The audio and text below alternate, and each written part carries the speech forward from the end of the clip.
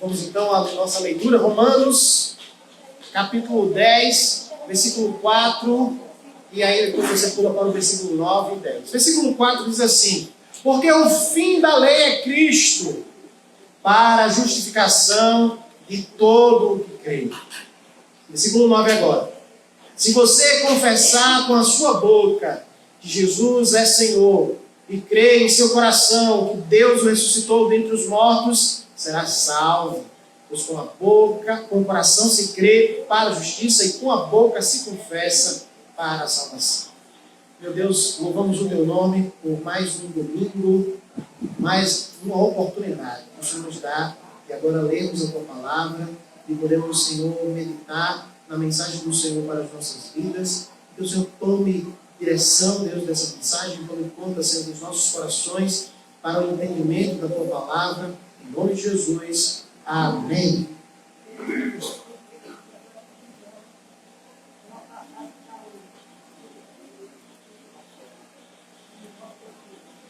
Então, meus irmãos,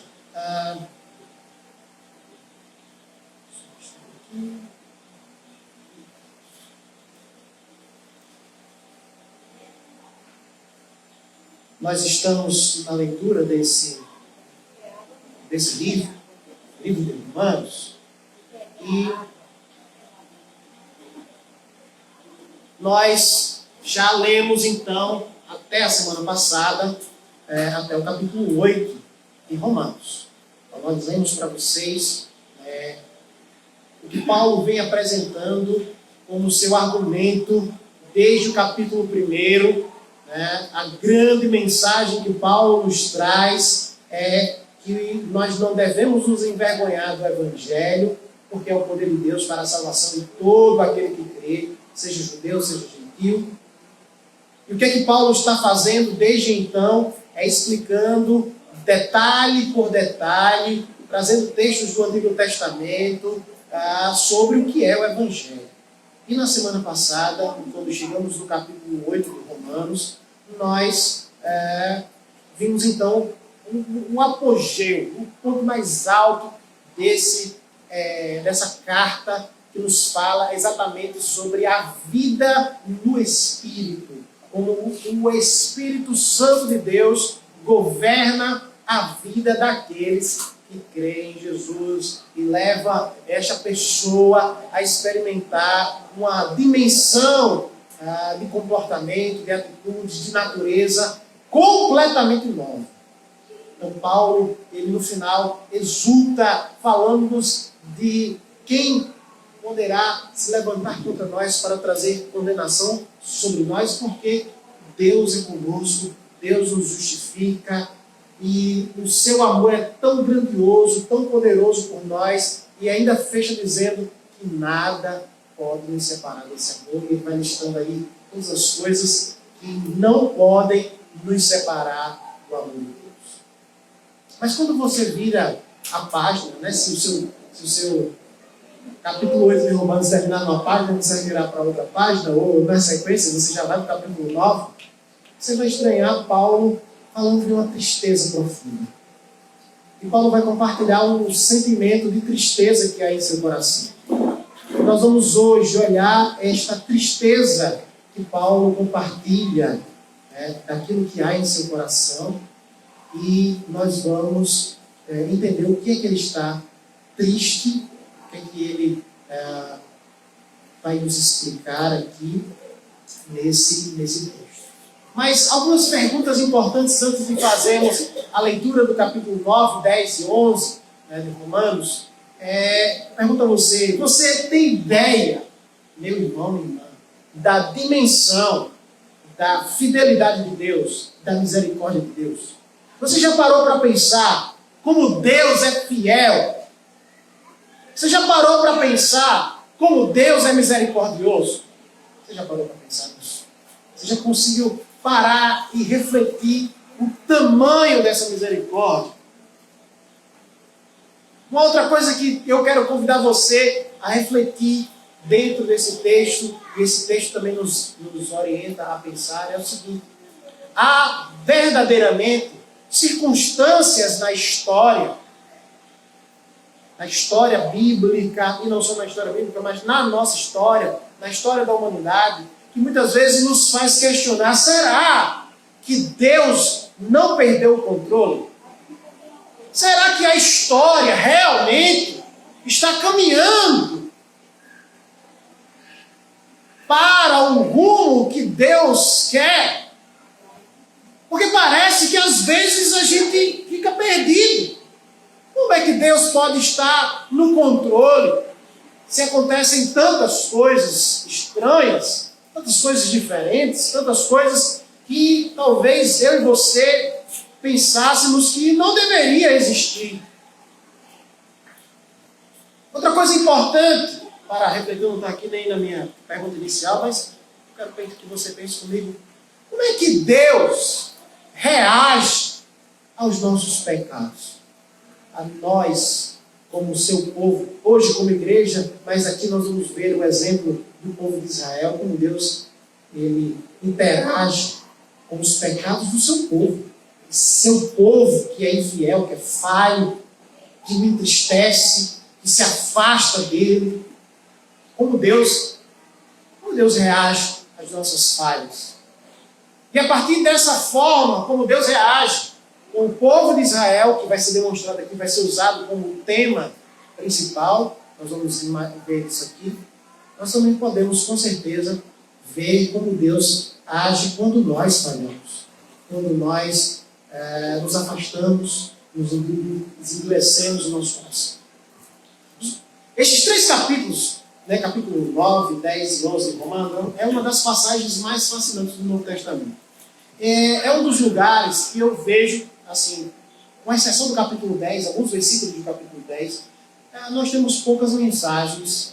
Eu nunca ouvi uma grande mensagem assim. Poucas vezes ouvi mensagens ligadas a esses 3 capítulos, porque eles são muito polêmicos na área da teologia.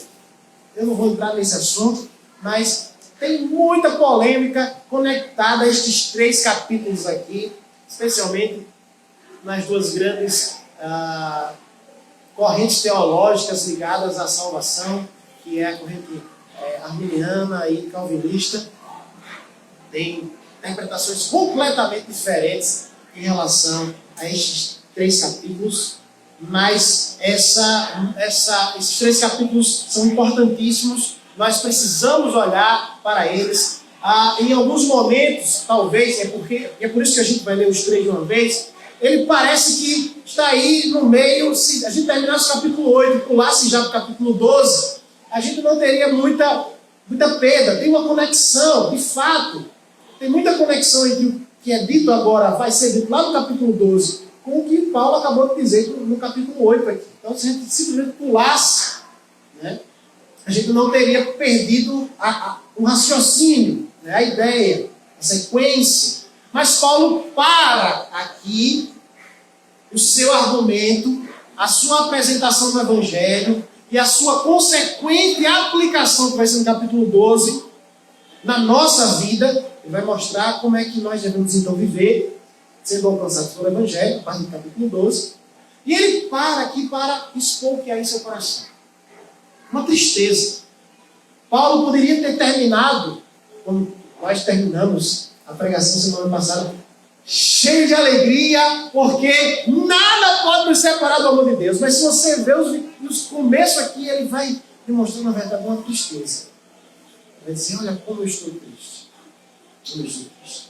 Mas 2 assuntos que eu quero que você observe nesta leitura aqui. O primeiro grande assunto é a palavra aliança. Se existe uma palavra que tem grandiosa importância em toda a Bíblia, é a palavra aliança. Aliança é uma promessa, uma concordância ou um contrato que compromete legalmente 2 partes. Essa aliança pode ser unilateral. Eu simplesmente decido ter um acordo com alguém, ou ter uma postura com alguém, independente do que essa pessoa faça. Ou essa aliança ela pode ser em 2 vias. As intenções para participar dessa aliança, elas têm das 2 partes. Deus é um Deus de aliança. E toda a Bíblia, ela apresenta Deus se relacionando com o seu povo através das alianças. Deixa eu citar aqui as alianças que Deus se relaciona na história bíblica. Nós temos, por exemplo, lá em Gênesis, capítulo 9 em diante, a aliança de Deus com Noé. Quem lembra a aliança de Deus com Noé?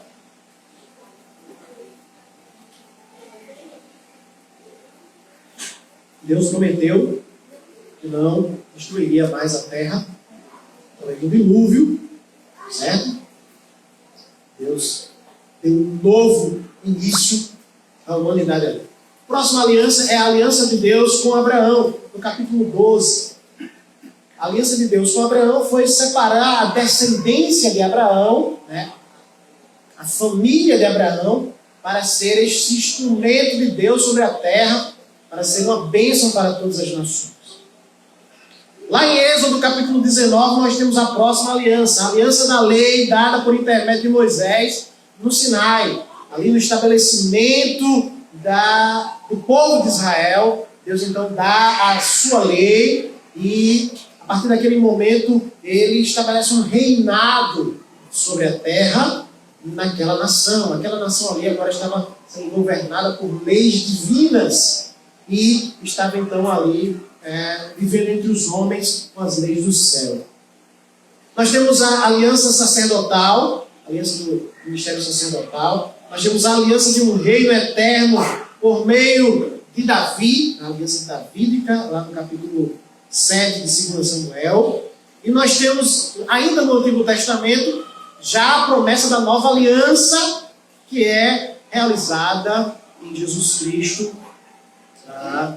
E aí nós temos essa lista de alianças que vem sendo declarada em toda a Bíblia. Então nós vamos falar sobre alianças. Nós vamos falar sobre a aliança de Deus com o seu povo. Um outro grandioso assunto aqui é a soberania de Deus. O que é uma soberania?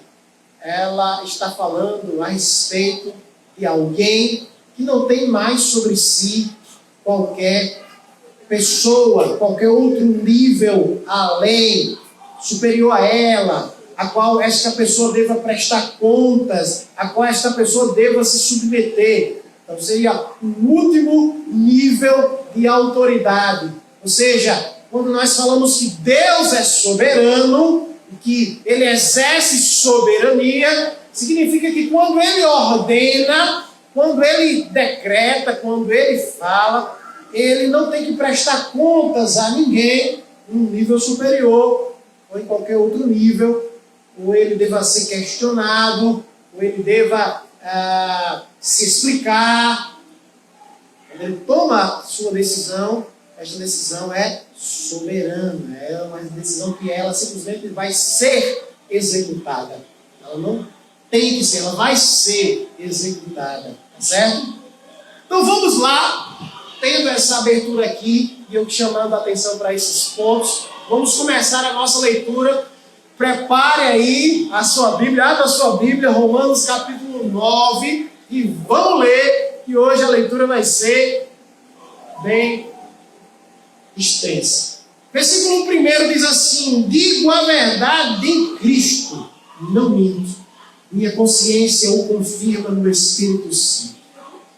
Tenho grande tristeza e constante angústia em meu coração, pois eu até desejaria ser amaldiçoado e separado de Cristo por amor de meus irmãos, os de minha raça, o povo de Israel. Deles é a adoção de filhos, deles é a glória divina, as alianças, a concessão da lei, a adoração no templo e as promessas. Deles são os patriarcas, e a partir deles se traça a linhagem humana de Cristo, que é Deus acima de tudo, bendito para sempre. Amém. Esse é o primeiro ponto, o primeiro parágrafo que eu quero destacar aqui então para você. Paulo, quando acaba de apresentar em sua carta a glória maior da vida cristã, o ápice da vivência do Evangelho, ele dá uma pausa e ele expressa uma tristeza, uma grande tristeza, uma constante angústia em seu coração. E qual é a angústia de Paulo? É a respeito da sua raça, a respeito do povo de Israel. E Paulo então começa aqui, já nesses versículos que lemos, a mais uma vez falar das características desse povo. E ele não fala sobre o seu aspecto físico, o seu aspecto cultural, humano, as suas construções, a sua riqueza monetária, o seu poder político, o seu poder de realizar guerras, a extensão do seu território, ou o relevo da sua terra. A grande característica deste povo, o povo de Israel, é o que Deus fez na história desse povo. E Paulo fala deles é a glória divina, as alianças, a lei, a adoração, as promessas, os patriarcas, Jesus Cristo, que é Deus acima de tudo, e eu quero ainda tratar sobre esse ponto, pertence a esse povo. O povo de Israel, hoje como nós conhecemos como a nação judaica, que hoje está estabelecida em sua terra mais uma vez, desde 1945, se não me engano. Se alguém, por favor, essa data eu não pesquisei, mas eu acho que é 1945, eles estão ali, estabelecidos naquela região que é a sua terra de origem. E esta nação, este povo, nós temos vários descendentes aqui no nosso Brasil. Nós temos no nosso país uma história muito conectada a esta nação, não só nesses últimos 60 anos, mas há muito tempo antes havia colônias de judeus aqui no Nordeste, em São Paulo, ainda há, claro. A primeira sinagoga da América Latina, ela é aqui em Recife. Então nós temos um povo, nós temos pessoas famosas. Só uma pessoa famosa que você conhece, que todo mundo conhece aqui, que é judeu, Silvio Santos, é judeu, toda a sua família. É um povo que, no meio da nossa cultura brasileira, tem muita importância, muita influência, certo? E Paulo está falando deste povo que tem uma história com Deus. E ele está falando com tristeza do cenário que ele via naquele tempo e que talvez ainda está bem parecido ainda hoje com esse povo. Mas antes de avançar, eu quero destacar com vocês o versículo 5, que fala Cristo, a linhagem humana de Cristo, que é Deus acima de tudo. Veja, um texto claríssimo apontando a divindade de Jesus Cristo. Viu, meu sobrinho? Isso aí é bom, viu? Ontem nós fizemos participei ontem de uma sabatina quer dizer, eu fui o examinador, pela primeira vez fui examinar o candidato ao Ministério Pastoral. Eu fui escolhido lá para fazer a sabatina na área de teologia. Passei uma hora, vamos ver, uma hora perguntando ao irmão lá, certo? Eu estou dando aqui a dica para o meu sobrinho. O versículo é esse, meu? Aqui, ó. Jesus é Deus. Deus acima de tudo. Cristo que é Deus acima de tudo. Bendito para sempre. Amém. Vamos agora ao versículo 6. Não pensemos que a palavra de Deus falhou, pois nem todos os descendentes de Israel são Israel. Nem por serem descendentes de Abraão, passaram todos a ser filhos de Abraão. Pelo contrário, por meio de Isaac, a sua descendência será contada. Noutras palavras, não são os filhos naturais que são filhos de Deus, mas os filhos da promessa que são considerados descendentes de Abraão. Pois foi assim que a promessa foi feita. No tempo devido, virei novamente, Sara terá um filho. E esse não foi o único caso. Também os filhos de Rebeca tiveram o mesmo pai, o nosso pai Isaque. Todavia, antes que os gêmeos nascessem ou fizessem qualquer coisa, boa ou má, a fim de que o propósito de Deus, conforme a eleição permanecesse, não por obras, mas por aquele que chama, foi dito a ela: o mais velho servirá ao mais novo, como está escrito: amei Jacó, mas rejeitei a Esaú. Meus irmãos, esse parágrafo aqui, ele nos fala, o apóstolo Paulo começa a explicar esta primeira frase. A primeira frase é a seguinte: não pensemos que a palavra de Deus falhou. E aí eu quero voltar com vocês no que eu falei lá no capítulo 1 de Romanos. Quando eu falei um pouco da história daquela igreja. Aquela igreja, ela havia sido fundada, provavelmente, a igreja lá em Roma, ela foi fundada provavelmente por pessoas que testemunharam o Pentecostes. Naquele dia em que o Espírito Santo vem sobre os discípulos ali em Jerusalém, e várias pessoas que estavam ali naquela festa puderam ver aqueles homens falando nas suas próprias línguas, homens galileus que não tinham conhecimento, sabedoria e inteligência para falar outras línguas. Eles começam a falar, e o mais incrível é que aquelas pessoas que estavam ali naquele dia, elas entendem as maravilhas de Deus sendo faladas por aquelas pessoas, e muitos são alcançados pela pregação. Pedro chega e explica tudo aquilo ali, puxa o Antigo Testamento, as profecias, e aquelas pessoas se rendem a Jesus. E nós temos ali entre pessoas que vinham de Roma.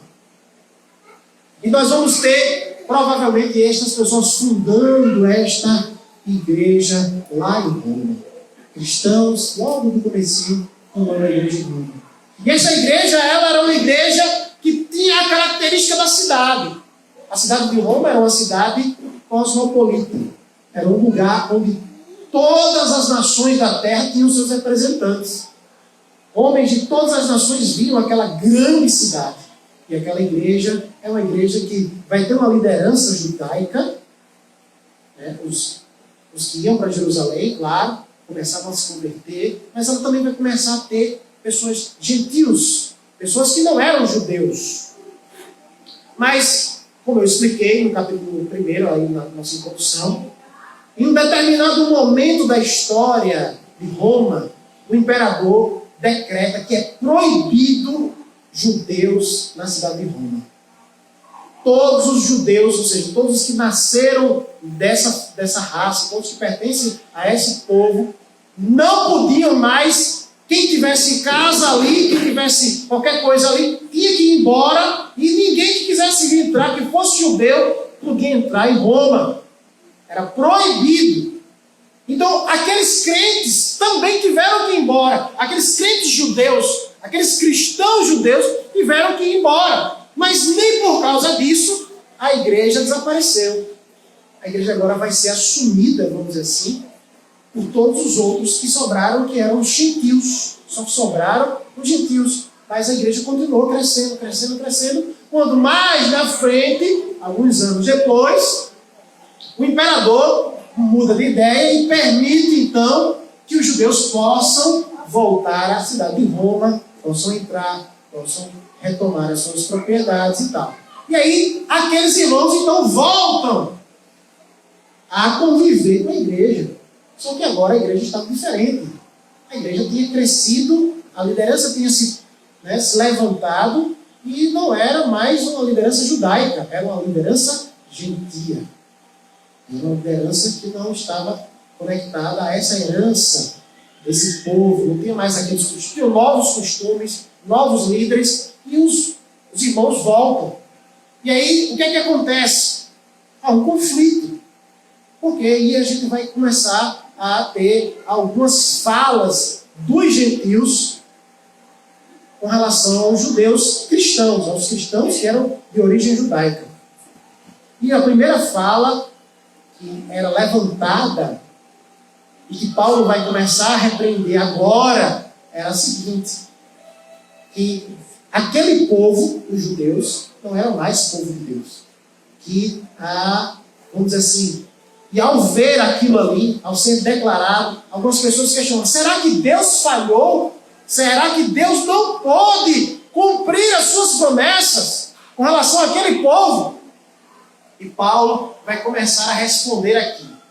Meus irmãos, qual é a importância de responder isso? Porque eu e você também temos essas questões. Será que Deus vai falhar comigo? Será que Deus vai falhar? Porque se Deus falhou com o povo de Israel, Deus pode falhar comigo? E Paulo vai começar a responder a essa questão, dizendo um não grandioso. Não pensemos que a palavra de Deus falhou. Deus falhou com o seu povo.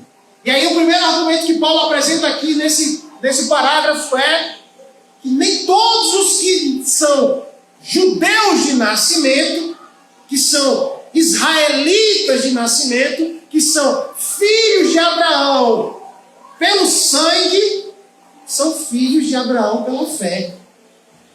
Isso já foi falado no capítulo 4 de Romanos. Mas Paulo retoma esse assunto nesta outra perspectiva, nesta outra questão que está sendo levantada aqui.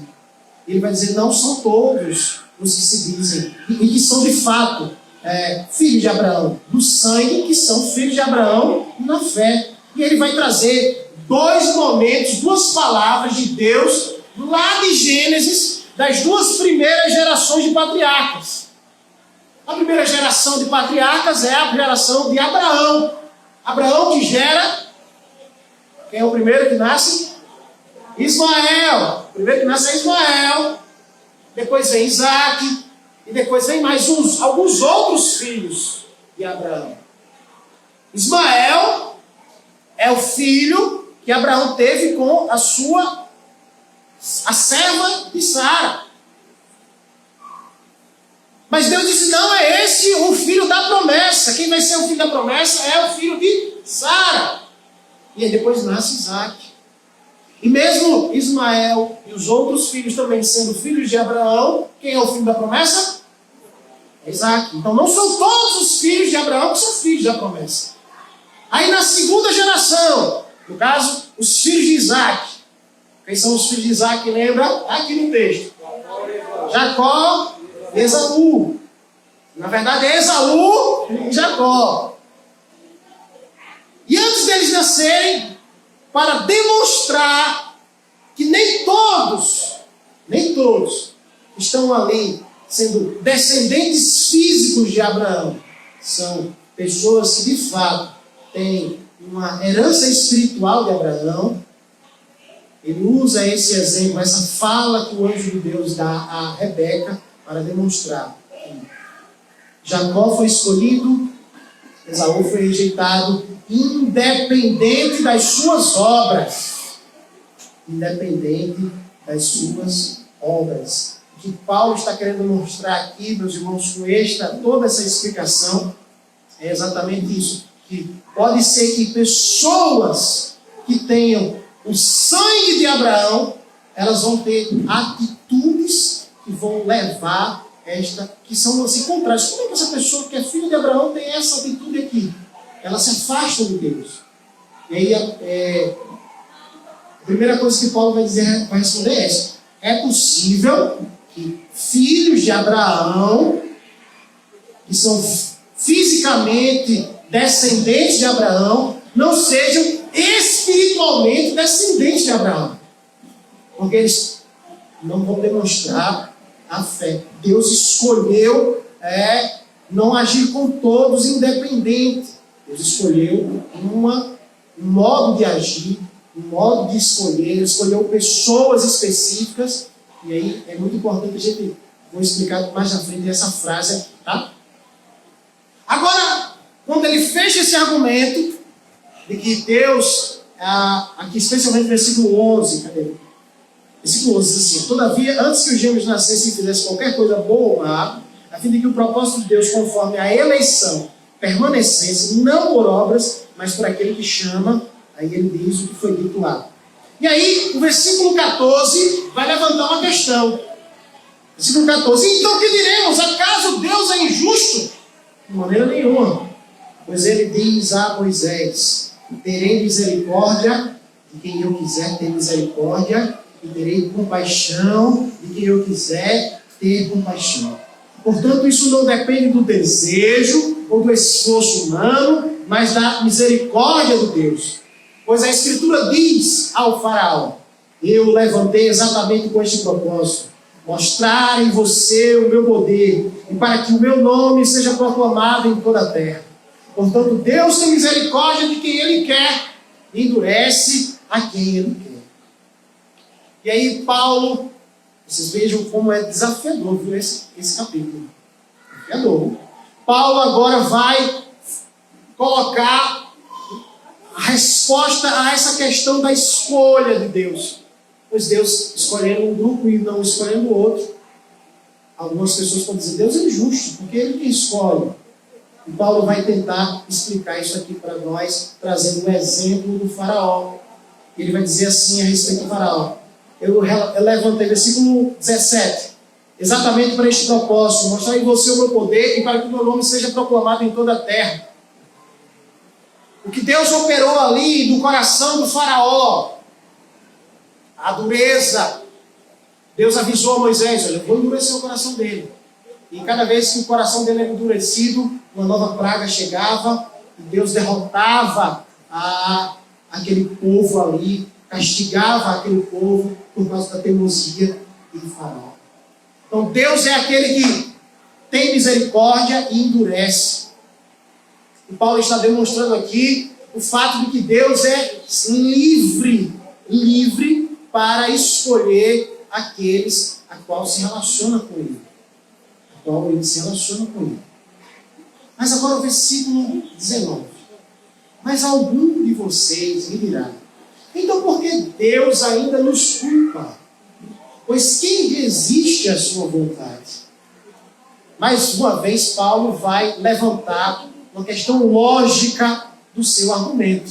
Se ele está dizendo que Deus endurece o coração e tem misericórdia, né, de uns e de outros, Paulo questiona: e nós? Como é que nós então podemos ser julgados? Como é que Deus pode ainda nos dizer se eu erro? Porque se Deus endureceu o meu coração, e agora? E agora? Se Deus endureceu o meu coração, o que eu farei? Porque foi Ele quem fez. Olha como Paulo vai responder no versículo 20. Mas quem é você, ó homem, para questionar a Deus? Acaso aquilo que é acaso aquilo que é formado pode dizer ao que o formou: por que me fizeste assim? O moleiro não tem direito de fazer do mesmo barro um vaso para fins nobres e outro para uso desonroso. E se Deus, querendo mostrar a sua ira e tornar conhecido o seu poder, suportou com grande paciência os vasos de sua ira preparados para a destruição? E dizer, se ele fez isso para tornar conhecidas as riquezas da sua glória aos vasos de sua misericórdia, que preparou de antemão para a glória, ou seja, a nós, a quem também chamou, não apenas entre os judeus, mas também entre os gentios. Como ele diz em Oséias: chamarei meu povo a quem não é meu povo, e chamarei minha amada a quem não é minha amada. E acontecerá que no mesmo lugar em que se lhes declarou: vocês não são meu povo, eles serão chamados filhos de Deus Altíssimo. Isaías exclama a Israel, com relação a Israel: embora o número dos israelitas seja como a areia do mar, apenas o remanescente será salvo. Pois o Senhor executará na terra a sua sentença rápida e definitivamente, como anteriormente disse a Isaías: se o Senhor dos Exércitos não nos tivesse deixado descendentes, já estaríamos como Sodoma e semelhantes a Gomorra. Vamos fechar o que é que está sendo dito nesse conjunto de versículos aqui. Paulo está tentando então responder a respeito de como Deus poderia nos culpar, visto que nós não temos como resistir à sua vontade. E Paulo começa primeiro dizendo a nós que ele é de uma outra. Deus não precisa nos dar explicações. Deus não tem obrigação nenhuma de nos explicar o que Ele faz. Certo? E que nós não temos como peitá-lo, questioná-lo das suas decisões. Mas isso aí seria um tanto quanto estranho para nós, assim. Não posso nem questionar, não posso nem dizer. Pô, o que Paulo está querendo mostrar é que nós somos de uma outra natureza inferior, nós não temos autoridade e Deus não tem necessidade de nos responder. Isso não significa que Ele não nos responda, Ele não nos diga, mas é que Ele não tem necessidade, não teria necessidade de nos explicar o que Ele faz, como Ele conduz a história, como Ele governa a vida das pessoas, da história das pessoas, as decisões das pessoas. Certo? E aí, ele avança, a partir do versículo 24, falando que, voltemos ao versículo 21, aliás, lá no versículo 21. O oleiro não tem direito de fazer o mesmo barro, o vaso para fins nobres e outro para uso desonroso. Ele vai fazer essa analogia entre vasos de honra, vasos de desonra, e vai questionar que é decisão do oleiro o uso que ele faz de cada vaso. E que este oleiro, agora apontando para Deus, ele teve paciência com vasos destinados à ira para demonstrar a sua misericórdia a vasos de sua misericórdia, a vasos que ele quis demonstrar misericórdia. E ele fala que essas pessoas que ele decidiu ter misericórdia são pessoas entre os judeus e os gentios. Então Deus decidiu ter misericórdia de determinadas pessoas e Deus tem paciência em suportar determinadas pessoas. Pastor, que estranho. Um negócio meio estranho isso aí. Como é que Deus tem paciência em suportar? Porque, meus irmãos, tem pessoas que Deus só suporta mesmo. Pessoas que são, que testam a paciência de Deus até o fim. E que por mais que Deus demonstre sua paciência e tenha paciência, essas pessoas nunca vão crer. E infelizmente, este grupo de pessoas é um grupo grande. E eu posso dizer que são a maioria das pessoas.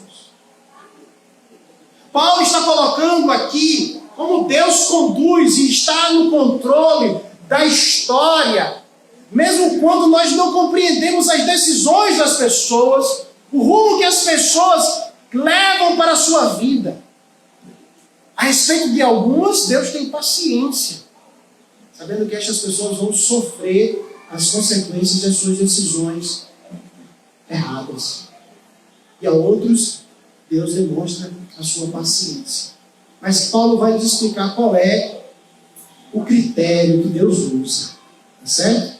Ele está falando aqui, por isso que eu quero ler os capítulos todos, para que você não fique só com um pedacinho, tá? A gente só lê um pedacinho aqui e a gente entende exatamente o contrário do que está sendo dito aqui. Quando eu parei aqui, meu povo, versículo 30, não foi? Sim, agora é o versículo 30. Agora. Sim, antes de chegar no versículo 30, Paulo agora começa a citar os gentios. Os gentios como sendo pessoas as quais são alcançadas pela paciência de Deus, pela graça de Deus, pela misericórdia de Deus. Deus tem então soberania para escolher com quem tem misericórdia. Pessoas entre os judeus, mas agora também pessoas entre os gentios. Pessoas entre os gentios. Judeus e gentios, Deus tem misericórdia, está exercendo misericórdia. E ele cita Oséias, cita Isaías, com promessas do Antigo Testamento a respeito dessa graça de Deus também para os gentios. Agora o versículo 30. Que diremos então? Os gentios que não buscavam justiça e obtiveram uma justiça que vem da fé. Mas Israel, que buscava uma lei que trouxesse justiça, não alcançou. Por que não? Porque não a buscava pela fé, mas como se por obras eles tropeçaram na pedra de tropeço, como está escrito: esse põe em Sião uma pedra de tropeço, uma rocha que faz cair, e aquele que nela confia jamais será envergonhado. Meus irmãos, quando a gente lê um capítulo como esse, que é um capítulo difícil, Tem várias citações do Antigo Testamento.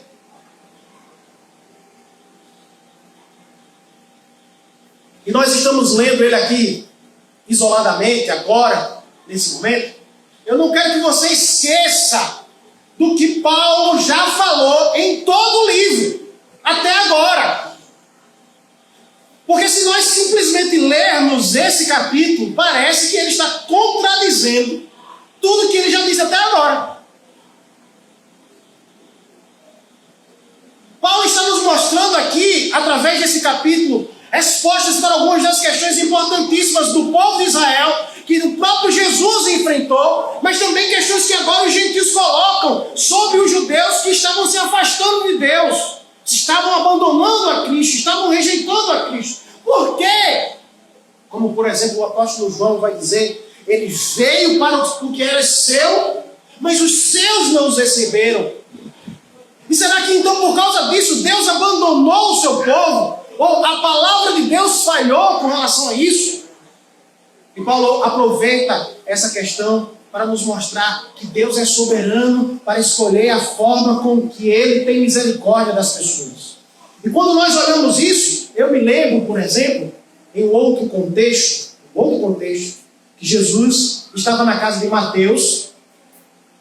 Viu, Mateus? Jesus estava na casa de Mateus, almoçando lá, jantando, participando da refeição, e Mateus era um publicano, uma pessoa que era rejeitada por toda aquela sociedade. Aí os fariseus chegam lá perto dos discípulos e perguntam: por que o mestre de vocês come com pecadores e publicanos? E Jesus escuta a pergunta e diz assim: olha,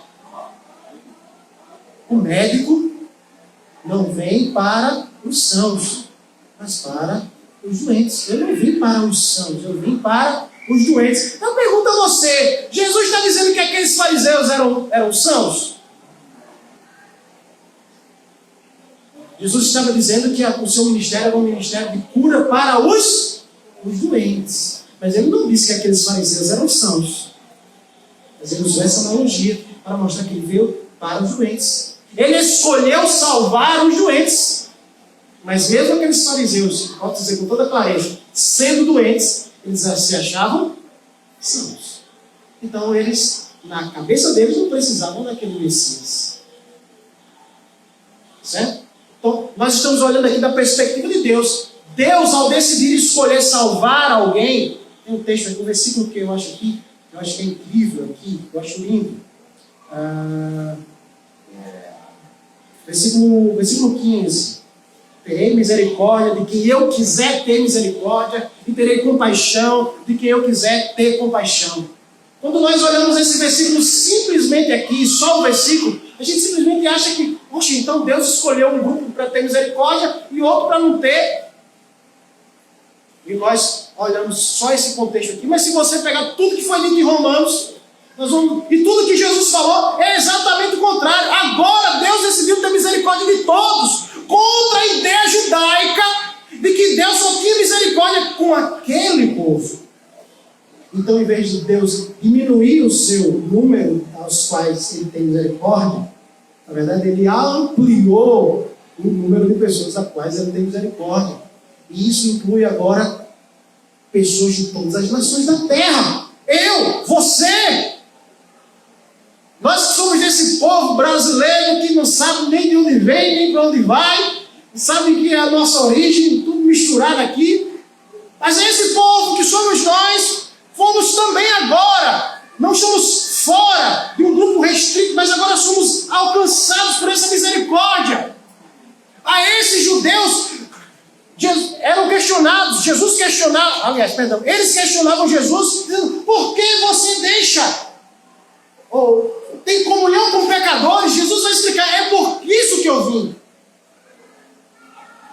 Deus está demonstrando através de Jesus que tem hoje misericórdia para com todos.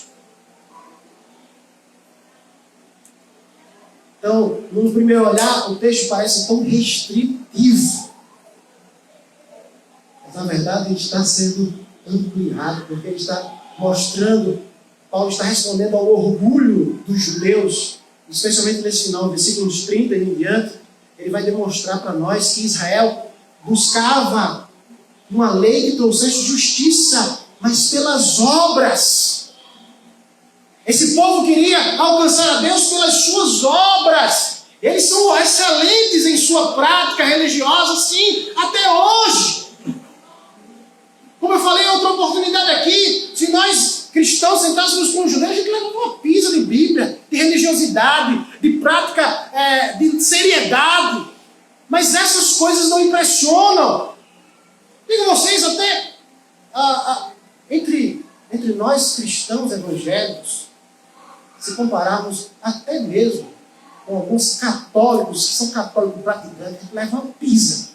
Uma pisa. Porque há muitos católicos que são praticantes que dão de 10 a 0 em muito crente. 10 a 0, assim, 10 a 0. 1000 a 0. Mas toda essa prática religiosa não é nada. Não é nada.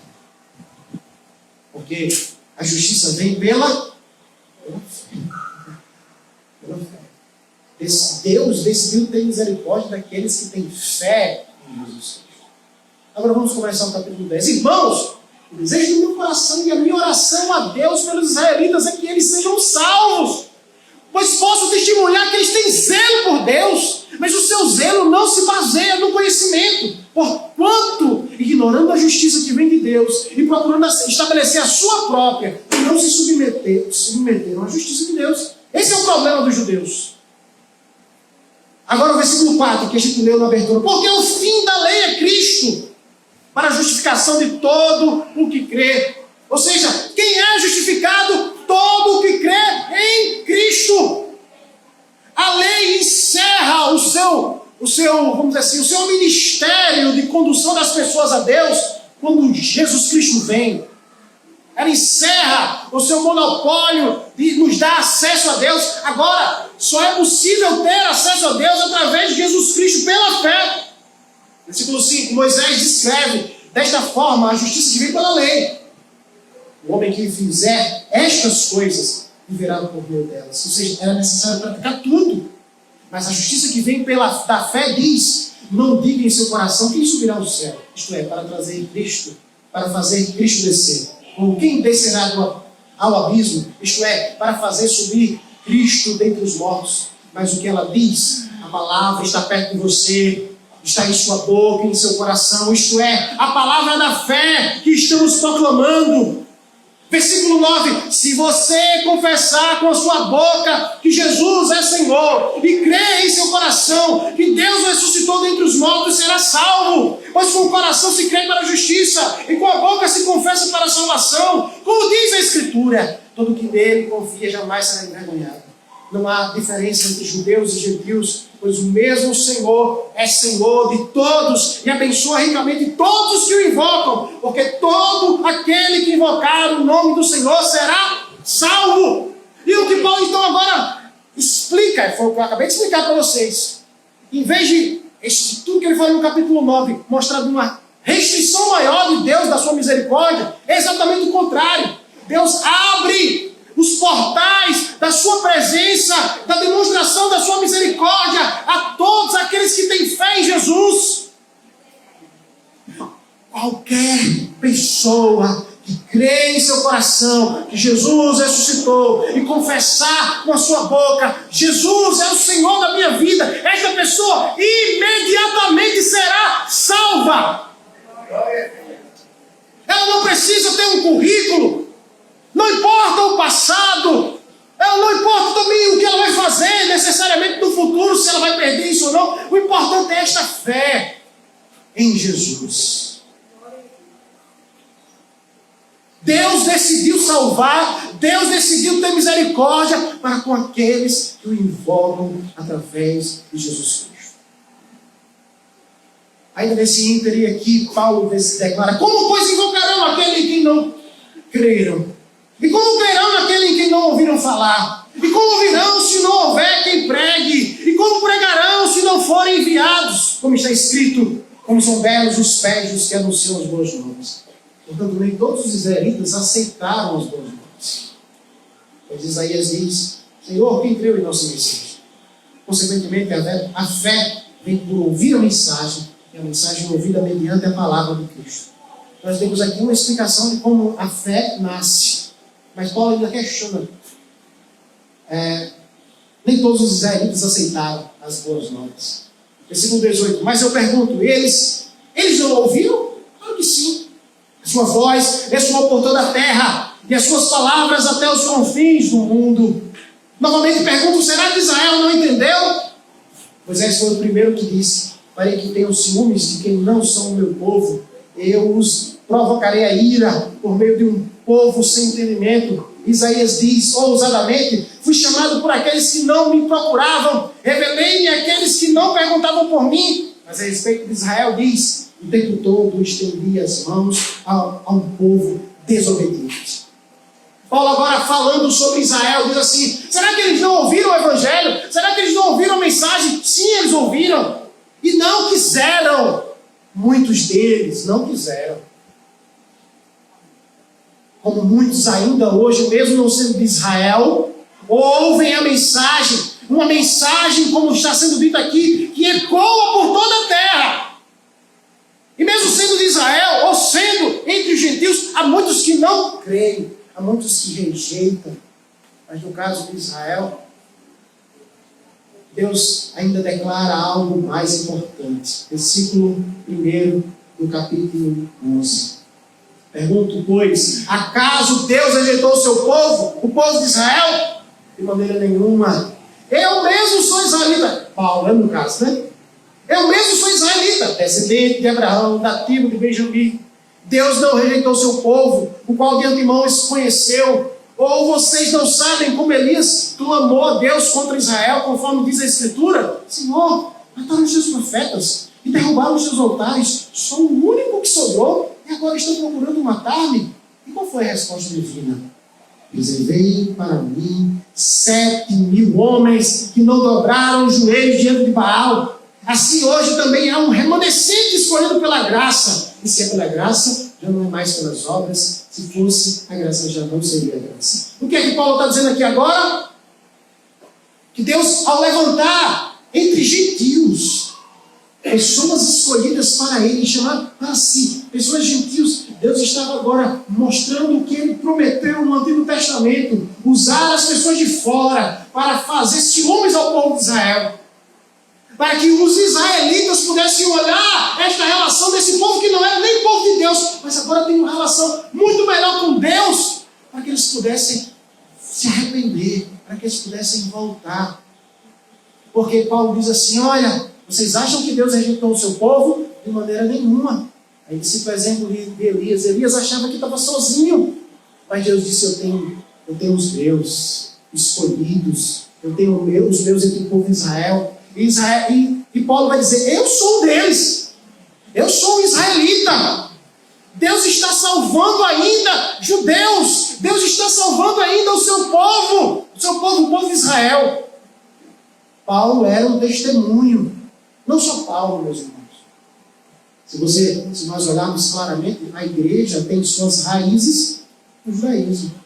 Todos os discípulos eram judeus.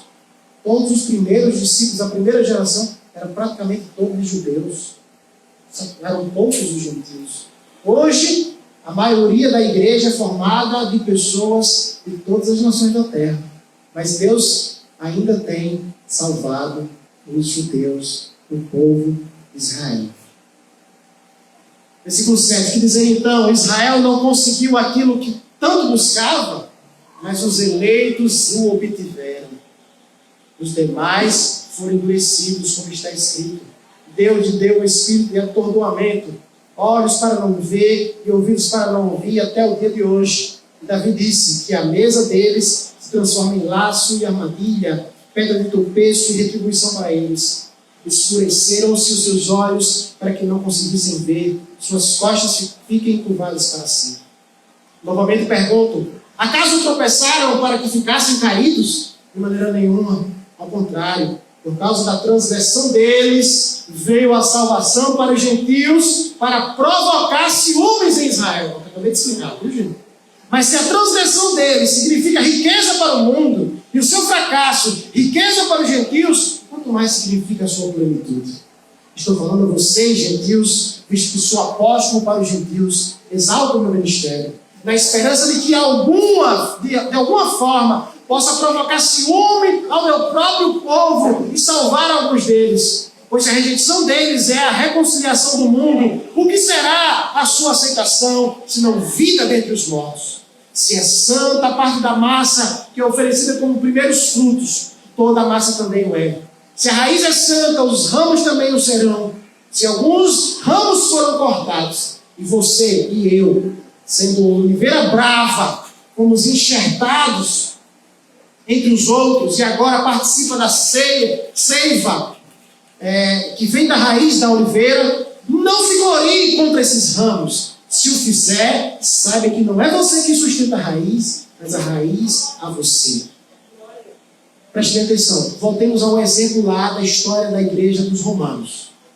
A maioria agora era gentia e a minoria era judaica. Alguns deles diziam, vocês foram rejeitados. Paulo está dizendo, cuidado com essa palavra aí. Não digam que o povo de Israel foi rejeitado, não. Porque vocês foram colocados, vocês eram estranhos e foram colocados na comunhão com Deus.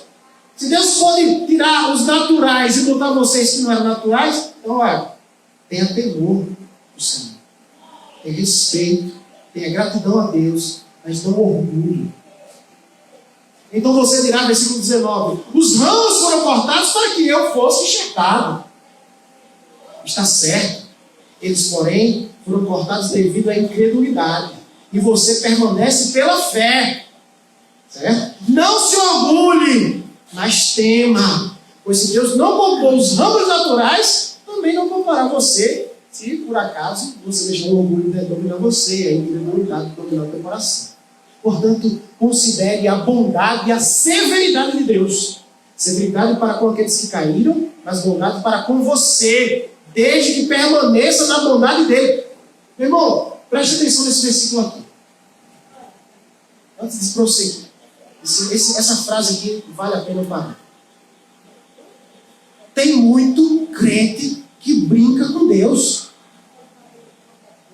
Considere a bondade e a... Qual é a outra coisa aí que deve considerar?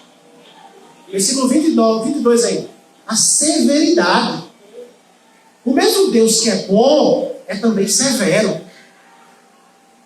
Ele não brinca.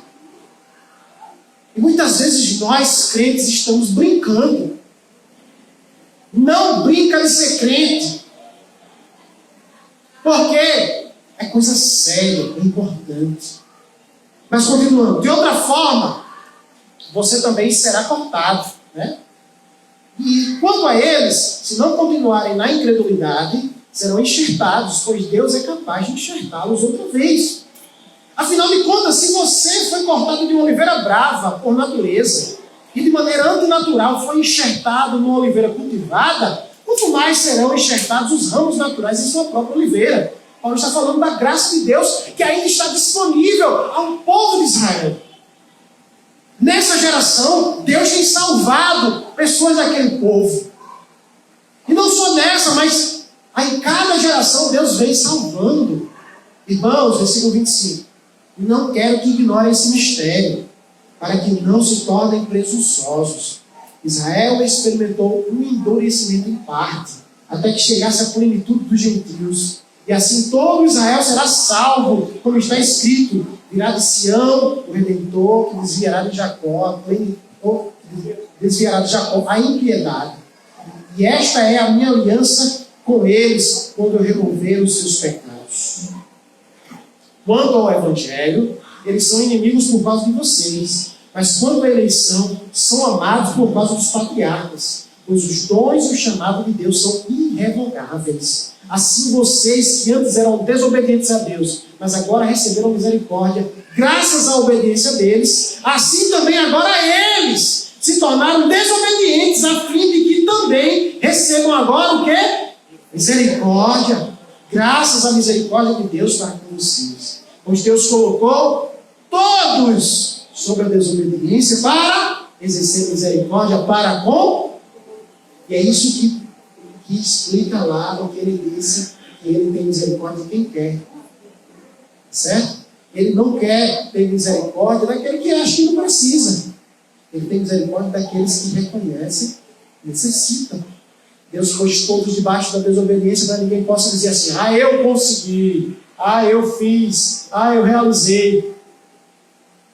E aí eu reflito aqui com vocês, antes de chegar nos versículos finais, que é o quinto, é o seguinte: mas então o que tem a ver toda essa história com a minha vida? Essa história aí, esse texto complicado que sobe, que desce, que cita um monte de coisa, um negócio tão complicado, difícil de entender, de acompanhar. Mas eu quero colocar aqui uma razão para você acompanhar essa mensagem. Esse texto nos prova como Deus é fiel às suas promessas, mesmo quando nós não somos. Deus mantém, ainda hoje, a sua fidelidade para com aquele povo de Israel, apesar da desobediência deles. Isso é muito importante para nós, que somos hoje o povo de Deus. Porque, meus irmãos, eu e você pisamos na bola várias vezes ao dia. Mas Deus continua sendo fiel à sua promessa. Deus prometeu que todo aquele que crê em Jesus será salvo. Então você pode ter confiança, porque Ele disse, porque Ele prometeu. Porque se dependesse de mim, se dependesse de você, a gente ia perder a salvação todo dia. Estou salvo ou não estou salvo? Estou salvo ou não estou salvo? Estou salvo. Nunca a gente ia ter confiança, certeza. Mas porque Deus é fiel, nós podemos ter certeza de que vamos receber tudo o que Ele prometeu em sua palavra. E é por isso que Paulo fecha toda essa sessão com esse cântico, agora no versículo 33. Ó, profundidade da riqueza, da sabedoria e do conhecimento de Deus!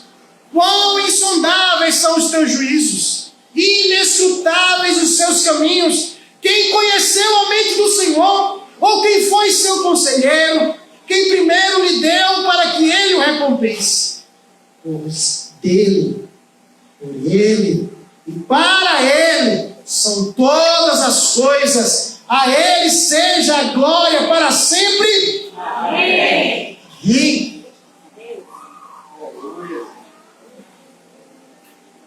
E eu quero fechar essa mensagem colocando algumas questões aqui para você.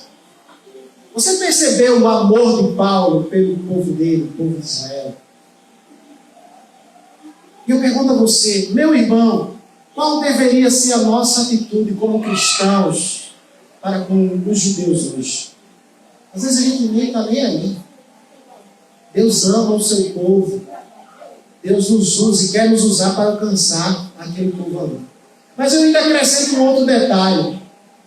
Você viu como um homem tem amor pelo seu povo? E muitas vezes a gente caminha a caminhada cristã de maneira muito individualista. O que importa é eu receber isso, eu ter aquilo, eu. Como você está feliz, como você recebe bênçãos. Mas, irmãos, uma coisa que é importante para nós é compreendermos como nós devemos ser vasos nas mãos do Senhor para alcançar a nossa nação. Deus nos fez brasileiros. A maioria de nós nascemos de Santa Rita, e a cidadezinha de Santa Rita mesmo. Falem o que falarem de Santa Rita, mas é a nossa cidade. E o que nós fazemos? Como nós nos constrangemos, ou oramos, ou contribuímos para que a situação da nossa terra seja diferente, para que o nosso povo seja alcançado, para que a nossa nação tenha sua história transformada. Meus irmãos, Paulo é um exemplo aqui para nós de alguém que não só se dizia assim: estou salvo, meu povo que morre para lá. Olha a ousadia de Paulo. Paulo vai dizer assim: eu preferia eu estar no inferno, Eu estava afastado de Cristo do que os meus irmãos, o povo de Israel. Eu queria que eles todos estivessem com Cristo. E muitas vezes a gente está na nossa casa, nosso filho, o filho da gente, um irmão, um pai, uma mãe, que está indo para o inferno e a gente está nem aí, ó. A gente está nem aí. A gente não chora por isso. A gente não luta por isso. A gente vai vivendo a vida só para receber, receber, receber e receber. Deus quer te usar. Deus quer que você se importe. Como você pode desenvolver mais compaixão por aqueles que não conhecem as boas novas de Jesus? Sem Jesus, as pessoas vão para o inferno.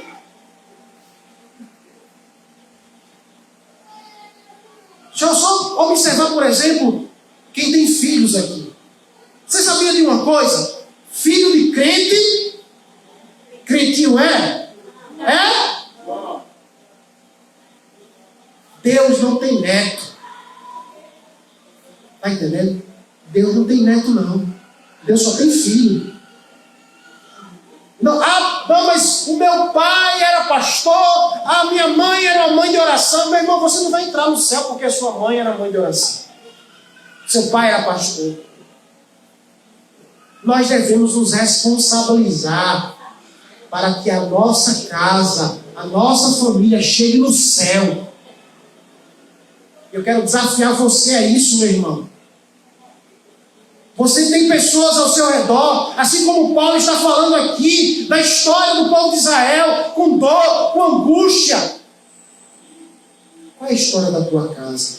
Qual é a história da tua terra, da tua cidade?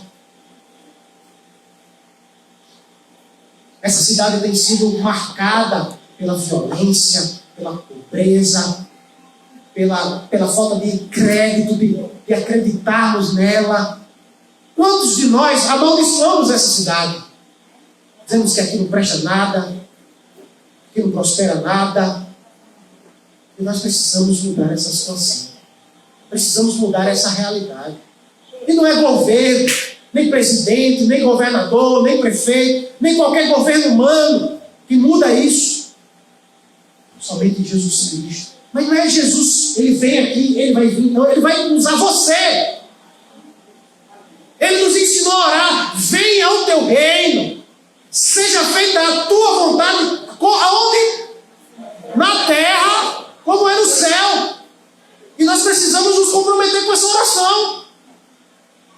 Não adianta nada só falar isso, se a gente não faz nada por isso.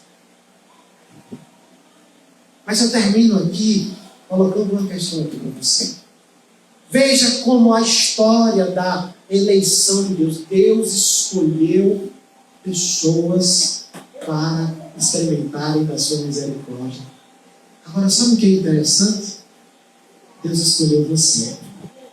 Eu pergunto a você: se você tivesse que escrever uma canção, um tributo, uma palavra ao Senhor de louvor a Ele, porque Ele incluiu você no seu eterno plano de salvação, o que você diria para o Senhor? Você entende como é grandioso o fato de que Deus escolheu você? Que Deus trouxe você para Ele? E o que é que você tem para dizer para o Senhor? O que é que você tem a oferecer a esse Deus? Fecha teus olhos, fala com o Senhor. Fala com Ele. Diz o que é que você tem para dizer, para agradecer, porque Ele resgatou você. Porque Ele encontrou você perdido na desobediência, na teimosia, na dureza do seu coração. E Ele resgatou você. Ele transformou teu coração. Ele te trouxe para Cristo. Ele te deu salvação. Ele te incluiu na sua família. Ele te fez filho e filha dele. Ele vem habitar em você pelo Espírito. O que que você tem a dizer? Que palavras você tem criado? Paulo declara, ó profundidade da riqueza da sabedoria e do conhecimento de Deus. Senhor, as palavras não podem expressar,